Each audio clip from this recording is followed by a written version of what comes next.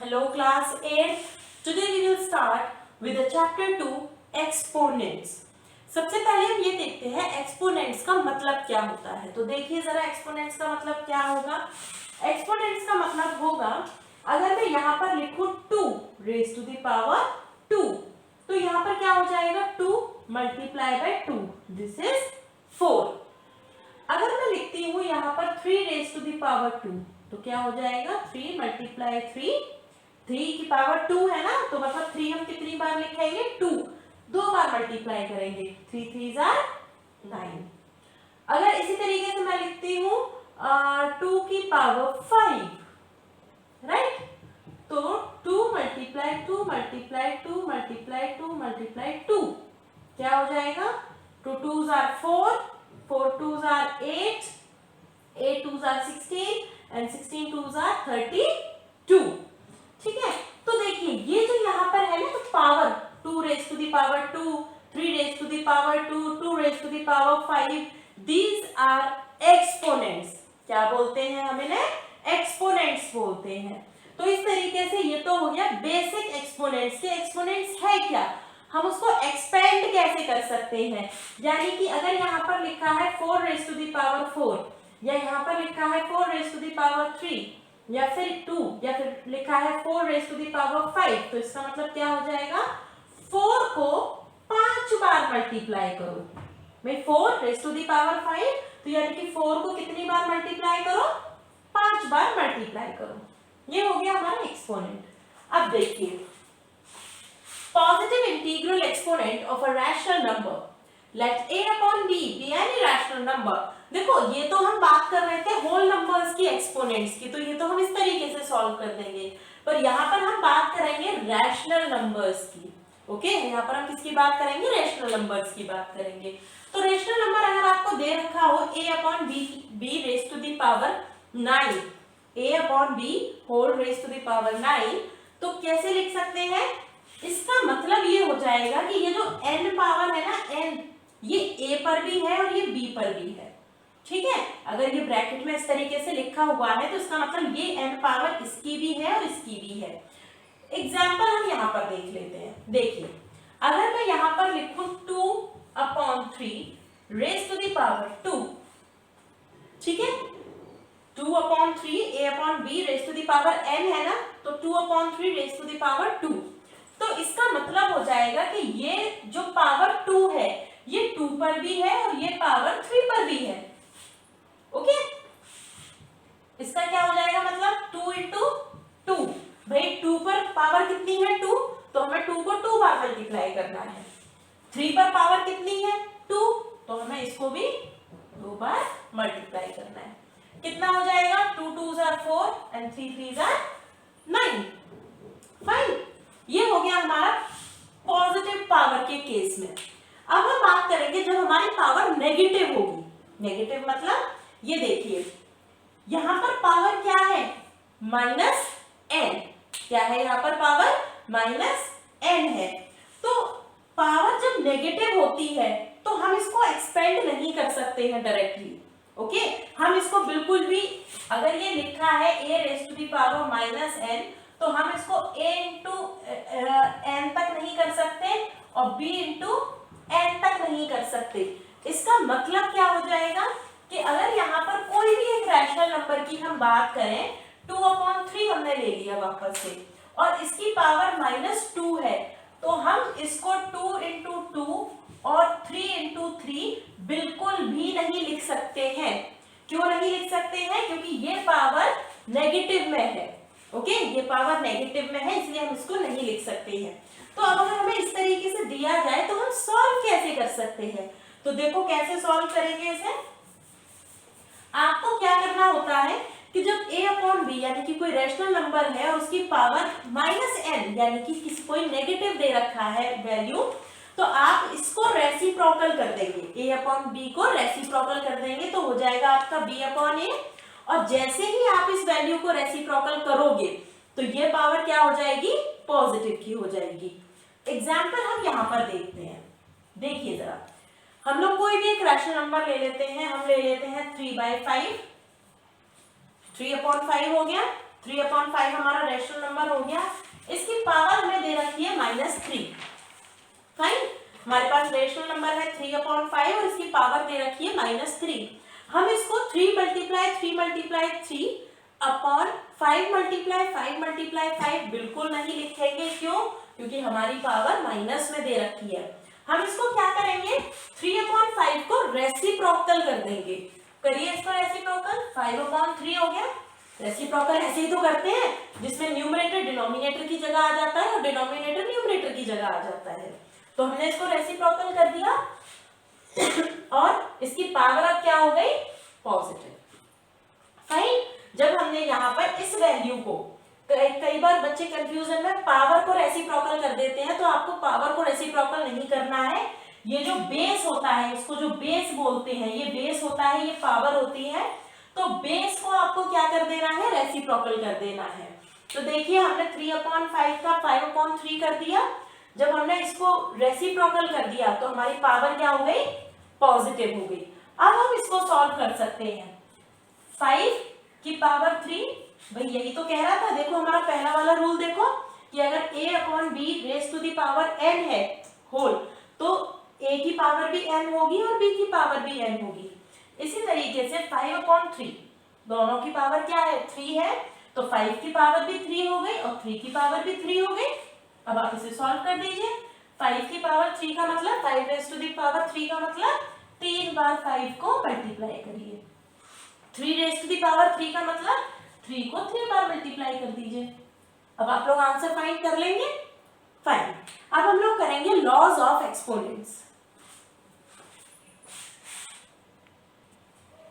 Okay class 8, now we have these identities।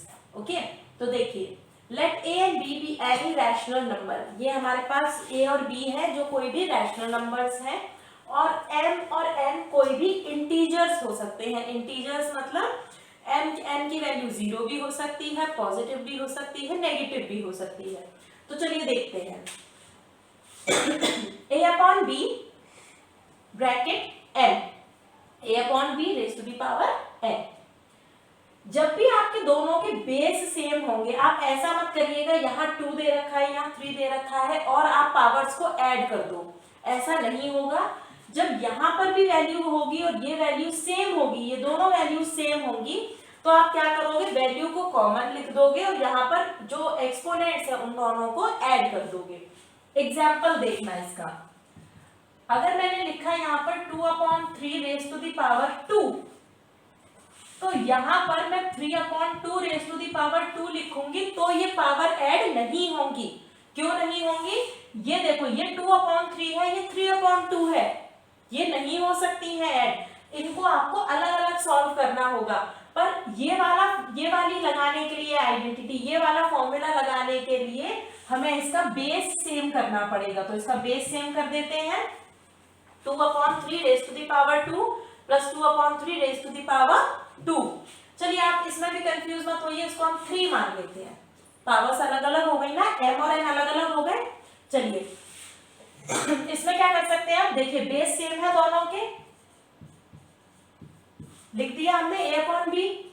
यहाँ पर क्या कह रहा है, ये बेस सेम हो, पावर अलग अलग हो, तो बेस को एक बार लिख दो, पावर्स को ऐड कर दो, तो कर दो पावर्स को ऐड। 2 + 3 हो गया ना, 2 + 3, 2/3, 2 + 3 कितना हो गया, 5, है ना। अब आप क्या कर सकते हो, इस पूरे ब्रैकेट के ऊपर 5 लगने का मतलब ये है कि ये जो पावर है, ये जो 5 है, ये इसकी भी पावर है और ये इसकी भी है। ये न्यूमरेटर की भी पावर है 5 और डिनोमिनेटर की भी 5 है। अब आप इसे एक्सपेंड कर दीजिए, 2 को 5 बार मल्टीप्लाई कर दीजिए और 3 को भी 5 बार मल्टीप्लाई कर दीजिए। कर लेंगे आप इस तरीके से सॉल्व। अब आप इनको मल्टीप्लाई करके a/b की फॉर्म में लिख सकते हैं। ठीक है, नेक्स्ट देखिए, ये तो बात हम कर रहे थे जब हम मल्टीप्लाई कर रहे थे दो रैशनल नंबर्स को। अब अगर हम रैशनल नंबर्स को डिवाइड करेंगे तो क्या करेंगे, तो अगर हमारे पास बेस सेम है दो रैशनल नंबर्स के और हमारे पास इनकी पावर्स अलग अलग हैं और ये दो रैशनल नंबर आपस में डिवाइड हो रहे हैं तो हम पावर्स को आपस में सब्ट्रैक्ट कर देंगे। ओके, सब्ट्रैक्ट कर देंगे। तो देखते हैं एग्जांपल से ज्यादा अच्छे से समझ में आएगा। अगर हम कोई भी रैशनल नंबर ले लेते हैं, हम ले लेते हैं 3/5। 3/5 यहां पर लगा दिया हमने डिवाइड का साइन। यहां पर अगर मैं 5/3 लिखूंगी तो ये बेस सेम नहीं होंगे, बिल्कुल भी नहीं होंगे। बेस सेम के लिए क्या करना है, यहां पर भी 3/5। देखो दोनों के बेस सेम है। अब हम मान लेते हैं इसकी पावर 3 है, इसकी पावर 5 है। ठीक है, इसकी पावर 3 है, इसकी पावर 5 है। हमने क्या लिख दिया, एक बार लिख दिया बेस। दोनों पावर्स को आपस में सब्ट्रैक्ट करना है हमें। 3 - 5 3/5। ये देखो 3 पॉजिटिव है, 5 नेगेटिव है, आपस में ये दोनों सब्ट्रैक्ट होंगे यानी 2 आ गया। साइन किसका लगेगा, माइनस का लगेगा। अब आप बोलोगे मैम ये तो माइनस में आ रहा है, तो कोई दिक्कत थोड़ी है, कोई दिक्कत नहीं है। अगर हमारी पावर माइनस में आ भी रही है तो क्या करना है, तो किया था ना हमने, अभी जस्ट किया है कि बेस को रेसिप्रोकल कर दो। ये जो आपकी वैल्यू दे रखी है ना, ये a/b की फॉर्म में जो रेशनल नंबर दे रखा है, इसको रेसिप्रोकल कर दो। 5/3 रेज़ टू द पावर 2 हो जाएगा ये। अब आप इसे सॉल्व कर सकते हैं आगे। चलिए हमारी ये भी हो गई। अब देखते हैं नेक्स्ट क्या है। नेक्स्ट है हमारा, अगर ये ब्रैकेट्स दे रखी है इस तरीके से, यहां पर पावर m दे रखी है और फिर होल पावर n दे रखी है, तो आप क्या कर सकते हो, इन दोनों को मल्टीप्लाई कर सकते हो। जैसे कि 2 रेज़ टू द पावर 4 2। ठीक है, तो आप क्या करोगे, यहां पर हो जाएगी 2 raise to the power 4 multiply 2। देखो मल्टीप्लाई तो हो रहा है, जब बीच में कोई साइन नहीं होता तो हम मल्टीप्लाई मानते हैं। तो m into n, 4 into 2, 2 raise to the power 8। अब आप इसे कर सकते हैं 2 को 8 बार मल्टीप्लाई करके आप इसका आंसर फाइंड कर सकते हैं। चलिए नेक्स्ट देखते हैं, a/b raise to the power 0 is equal to 1। ये बहुत क्वेश्चंस में यूज होगी, इसको बहुत अच्छे से समझिएगा क्योंकि ये कंफ्यूजन भी क्रिएट कर सकती है और ये क्लियर हो जाए तो क्वेश्चंस भी अच्छे से आप सॉल्व कर लोगे आगे। किसी भी पावर, कोई भी आपको बेस दिया हो, कोई भी बेस दिया हो, उसकी पावर अगर 0 है तो इसका मतलब ये है कि उसका आंसर है 1। कितनी भी बड़ी वैल्यू हो, वो वैल्यू कितनी भी बड़ी क्यों ना हो, वो हो 2/3 रेज़ टू द पावर 0, तो भी इसकी वैल्यू 1 होगी। यहां पर हो 3/10 तो और रेज़ टू द पावर 0 तो भी 1 होगी। यहां पर मैं लिख देती हूँ 1 crore raise to the power 0, बिल्कुल 1 हो जाएगी इसकी वैल्यू। यानी कि अगर किसी भी वैल्यू की पावर 0 होती है तो उसकी वैल्यू क्या हो जाती है, 1। फाइन, कोई दिक्कत तो नहीं है। कोई भी इसमें इस तरीके से वैल्यू होगी तो इसका आंसर क्या हो जाएगा, 1। Now we will try to solve the exercise. Okay? Okay, class 8. Now we will do exercise 2A. Question number 1. Evaluate करना है आपको, solve करना है। तो देखिए ये दे रखा है आपको 4 रेज़ टू द पावर -3, यानी कि पावर कैसी है, नेगेटिव है। जब पावर नेगेटिव होती है तो हम क्या करते हैं, वैल्यू को रेसिप्रोकल कर देते हैं। जब इसके नीचे कुछ नहीं है तो a/b की फॉर्म में हम क्या मानेंगे, इसे 1 मानेंगे। यहां पर इसके नीचे क्या मानेंगे, 1। ओके, सो इसको हम क्या मानेंगे, 4/1 कर दीजिए, इसको रेसिप्रोकल कर दीजिए। 1/4 रेज़ टू द पावर 3। अब आप इसे आराम से मल्टीप्लाई कर सकते हैं, कर लेंगे ना, हो जाएगा ये सॉल्व। चलिए अब देखिए क्वेश्चन नंबर 1 का 4th पार्ट। आपको पावर भी नेगेटिव दे रखी है और बेस भी नेगेटिव दे रखा है। इसमें आप क्या करेंगे, -3 रेज़ टू द पावर -4, इसको हम क्या लिख सकते हैं, /1 लिख सकते हैं, बिल्कुल लिख सकते हैं। रेसिप्रोकल कर दीजिए इसको, 1/-3। देखो इसे पॉजिटिव मत कर देना, जब आप रेसिप्रोकल करोगे तो पावर पॉजिटिव होगी, ये वैल्यू पॉजिटिव नहीं होगी, ये आपकी क्या रहेगी 1/-3 रेज टू दी पावर 4। अब आप इसको आराम से मल्टीप्लाई कर सकते हैं।